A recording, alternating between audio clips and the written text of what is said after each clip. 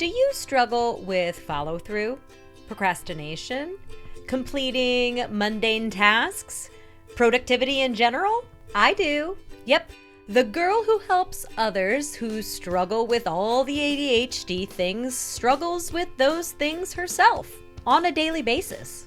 I regularly need the dopamine rush of a deadline or people coming over or clients' expectations to get me over the hump and actually get something done. But the stress of waiting until the last minute isn't the only tactic us ADHDers can use to get ourselves motivated to follow through. There is also the dreaded A word, accountability. The mere mention of the word often sends shivers down the neurodiverse entrepreneur's spine. But I'm hoping that after today's episode, you'll see that accountability may just be the most important piece for us ADHD entrepreneurs when it comes to juggling building a successful business with running our families. So stay tuned for today's episode of the ADHD Mompreneur.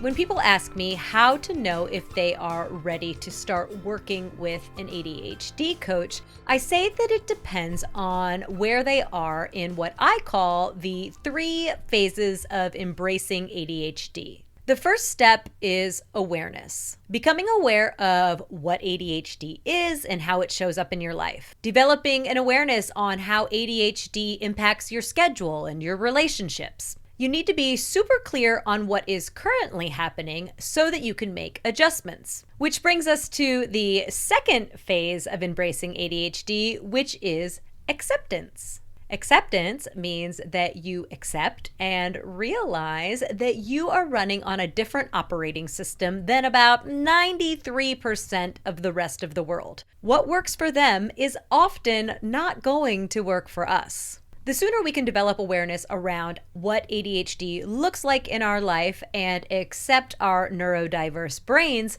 the sooner we can move on to the third phase, which is action. And we're going to dive into all sorts of ways that you can use accountability to take action a little later on in the episode. But I wanted to start by emphasizing that taking action, like hiring an ADHD accountability coach, is most effective when you have developed an awareness around what your ADHD looks like and you've accepted that the help that you need is unique to you and your brain. And you might be saying, Christy, this all sounds fine and dandy, but why is it that accountability is such an important action for us ADHD entrepreneurs? Well, that is an excellent question.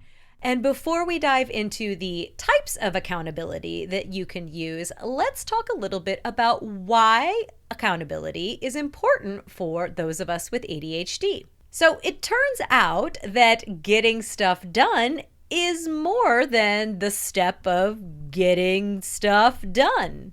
You need to commit to a task or project. You need to figure out what steps you need to take in order to complete the task or project. You need to schedule time to work on completion of this task or project. You need to problem solve when things don't go as planned. And I would love for you to guess how you would categorize actions like motivation, task initiation, planning and prioritization, time management, and problem solving. If you said executive functions, you win. I'm not sure what you win exactly, but you win. Executive functions are directly related to self-regulation, meaning that those of us with ADHD and lower levels of dopamine who tend to struggle with executive functions are going to struggle to regulate ourselves on the way to reaching our goals. But external accountability may be very helpful in motivating us. And this could be due to what is called the Hawthorne effect. The Hawthorne effect states that people behave differently when they know they're being watched. For instance, have you ever washed your hands in an airport bathroom while singing the entire Happy Birthday song, unlike the splash and dash that you do when you're at home? Or maybe you find that you get twice as much work done when you take your laptop to a coffee shop than when you try to work in your office at home. Those of us with ADHD who find and use external accountability are often more likely to follow through and make progress on our plans and goals. We often feel more supported and more motivated. Some studies have even suggested that external accountability can improve the executive functions of motivation, follow through, and task initiation. And if you're thinking, I want to improve my executive functions of motivation, follow through, and task initiation, where can I find some of this accountability you're talking about? Let's wrap up today by discussing 4 types of accountability that can help those of us with ADHD to actually follow through and reach our goals. First, publicly announce what you'd like to do. Yep, you heard right. You can improve your chances of actually following through, making progress, and reaching your goals simply by telling the world what you're going to do. There's just something inside of you that says, you know what? I told everybody I was going to run this half marathon. I better go get some running shoes and start running.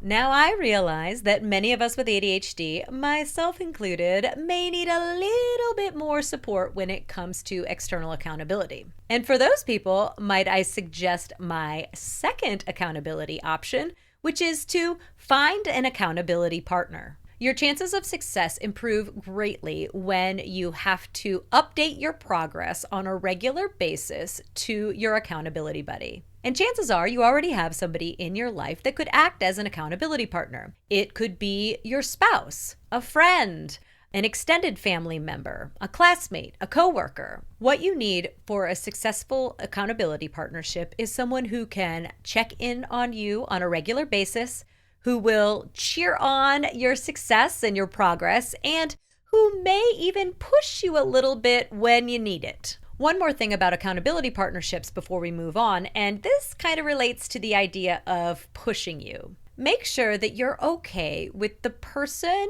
who is your accountability partner pushing you. They're going to get in your business and ask you hard questions, especially if it seems like you're not making progress or if it seems like you're backsliding a little bit.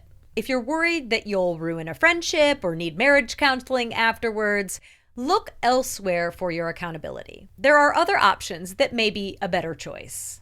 The next type of accountability I suggest is to practice body doubling. Body doubling is simply working alongside someone else. It could take place in person or it could take place online. The principle behind body doubling goes back to the Hawthorne effect that we discussed earlier. If we know we're supposed to be working and that people are watching us, we are much more likely to follow through and do the work. And body doubling doesn't have to be for work.